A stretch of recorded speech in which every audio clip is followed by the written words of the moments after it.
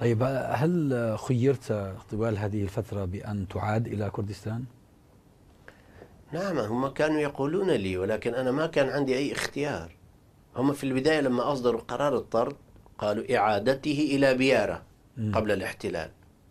هذا كان ممكن، لكن من أين ممكن إعادته؟ عبر إيران، وإيران ما توافق. مم. فإذا هذا القرار أصلا ولد ميتا، فهم أصدروا قرارا غير قابل غير للتنفيذ. للتنفيذ. وحتى هذا القرار نفسه، مم. قرار الطرد الأخير أيضا غير قابل للتنفيذ. هم يقولون لا نستطيع أن نسلمه إلى العراق لأنه بلد محتل، باعتبار أن جون أشكروفت الوزير الأسبق العدل الأمريكي جاء إلى النرويج وطلب منهم تسليم اللاكركار إلى أمريكا. قالوا لا نستطيع أن نسلمه وأنتم في بلادكم في 21 ولاية عندكم الإعدام بالكرسي الكهربائي، فإذا ما نسلمه إليكم. ثم أنتم ما تقدمون أوراقا حتى نعرف ما جنايته وجرمه. فإذا النرويجيين ما سلموني إلى الأمريكان، لا ينبغي أيضا أن يسلموني إلى العراق. فهم أيضا قالوا ما نسلمه إلى العراق. لكن لما صار القرار القانوني الأخير صدر، 6 أشهر مخابرات ووزارة الخارجية النرويجية ذهبت إلى العراق حتى يجد مجالا لتنفيذ القرار.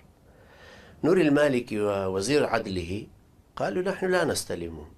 رفضوا استلامك. نعم، رفضوا استلام. قالوا نحن هو ما عنده مشكلة معنا.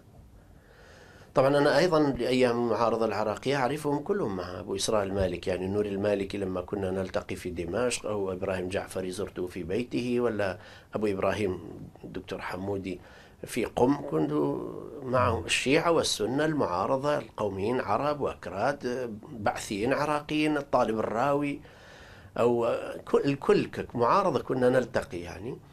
فنوري المالكي وزير عدله رفض، قالوا نحن ما عندنا عليه شيء، لكن لا نستطيع استلامه من النرويج، لأن بعد استلامه ينبغي أن نسلمه إلى حزب الرئيس، حزب الطالباني، وطالباني يأخذه إلى السليمانية. نحن ما نستطيع أن نتكفل بشيء في حياته وإذا استلمك الطالباني غير يعني مضمون نعم، أن تكون في أمان. طبعا بكل تأكيد يعني. فالنرويجيين 6 أشهر حاولوا، قالوا نريد ضمانا. الجنرال طالباني قال أوقع لكم ضمان. قال ذلك؟ نعم، لكن ضمان جلال طالباني من يثق فيه يعني؟ لا يثق فيه حتى حزبه. فبقى النرويجيين بقوا هكذا يعني.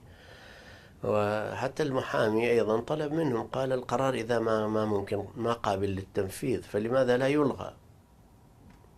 نعم، فلا نعرف كيف يكون يعني.